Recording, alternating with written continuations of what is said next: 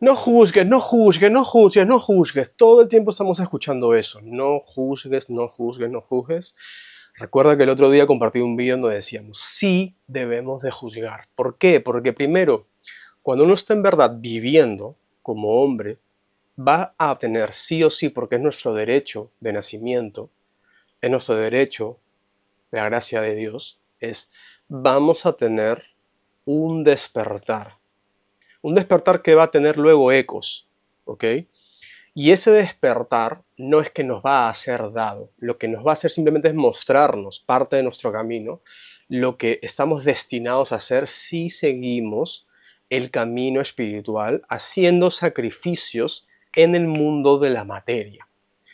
Ok, entonces, para llegado ese momento, es esencial algo que se llama discernimiento, discriminar, qué decidir, qué dejar atrás, qué de lo que está en nuestra vida tenemos que abandonar, tenemos que liberarnos de. Entonces, ese discernimiento, ¿ok? Esa discriminación requiere de juzgar, requiere de que tengamos la conciencia con la suficiente razón, fe, para poder juzgar y juzgar bien.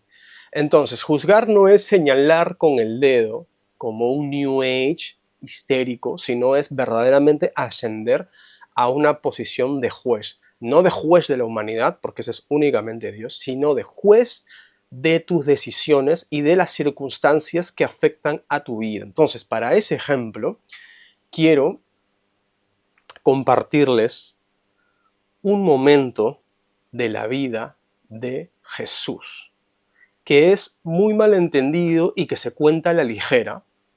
Yo no soy experto en teología ni en los evangelios, pero sí he aprendido a escuchar. Cuando leo y escucho en lo que leo, trato de no hacerlo como un hipnotizado al cual le han metido el catequismo o el dogma, sino verdaderamente reconocer dentro de mi propio discernimiento las palabras y la fuerza de las palabras que tienen la punta de luz, el logos, ¿ok? Entonces, vamos a hablar de la mujer adúltera, que absurdamente se le asocia a María Magdalena, pero no tienen nada que ver. Ok, entonces Jesús se fue al monte de los olivos. Al amanecer, estaba de nuevo en el templo. Constantemente Jesús iba a las sinagogas y los templos a enseñar.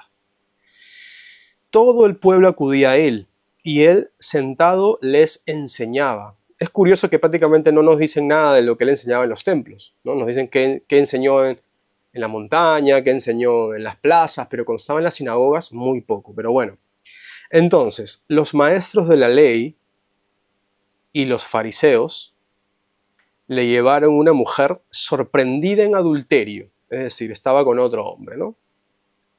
Según la ley del Deuteronomio, eso era condena a lapidación, o sea, muerte a pedrada, ¿no? Terrible. Entonces, se la llevaron a Jesús, una mujer acusada de adulterio, la pusieron en medio y le dijeron, maestro, esta mujer ha sido sorprendida en flagrante adulterio. En la ley, Moisés mandó apedrear a estas mujeres. ¿Tú qué dices? Obviamente decían esto para probarlo. ¿Por qué no directamente la llevaron donde los maestros de la ley y ellos ejecutaron la condena? Si era tal cual como se decía, ¿no? Pero como en ese tiempo Jesús ya estaba dando a conocer su ministerio, la llevaron para testearlo. ¿Tú qué dices? Entonces, aquí hay un punto que es esencial detenerse y observar. Jesús, agachándose, se puso a escribir con el dedo en el suelo, en la tierra se puso a escribir.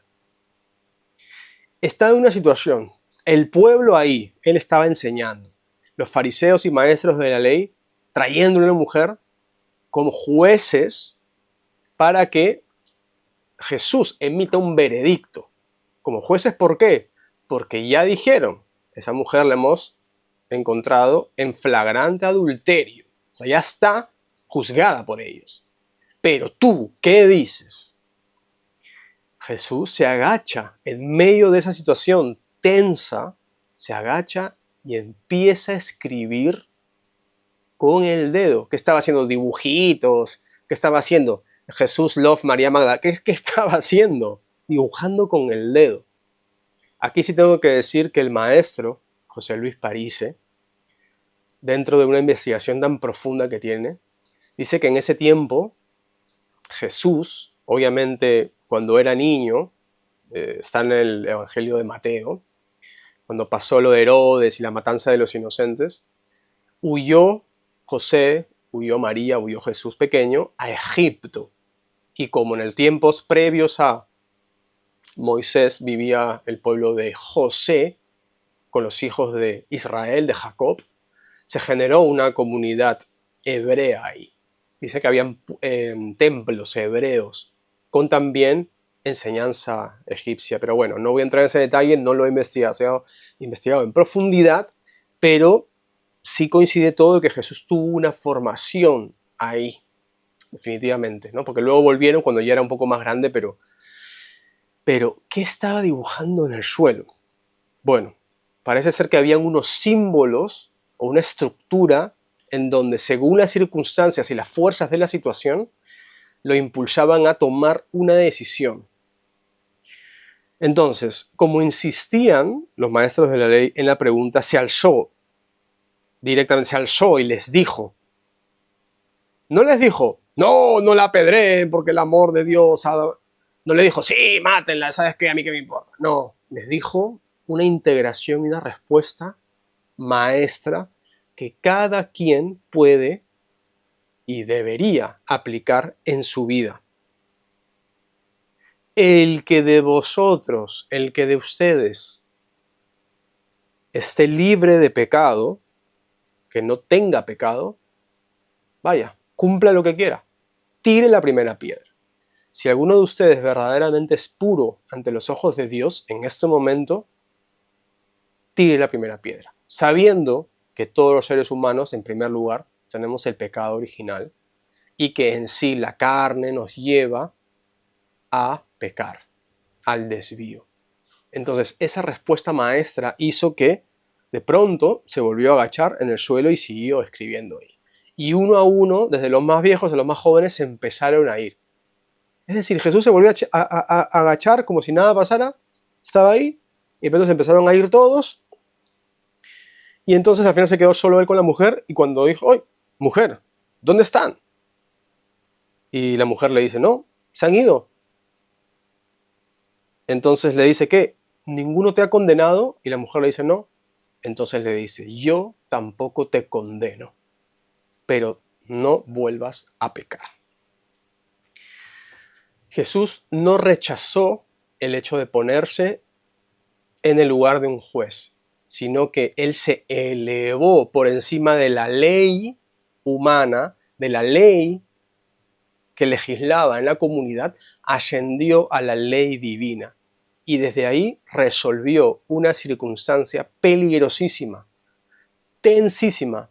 Salvó la vida de la mujer, pero dándole un mensaje y una enseñanza. No peques más. Has salvado tu vida, pero si verdaderamente quieres salvar tu alma, no peques más.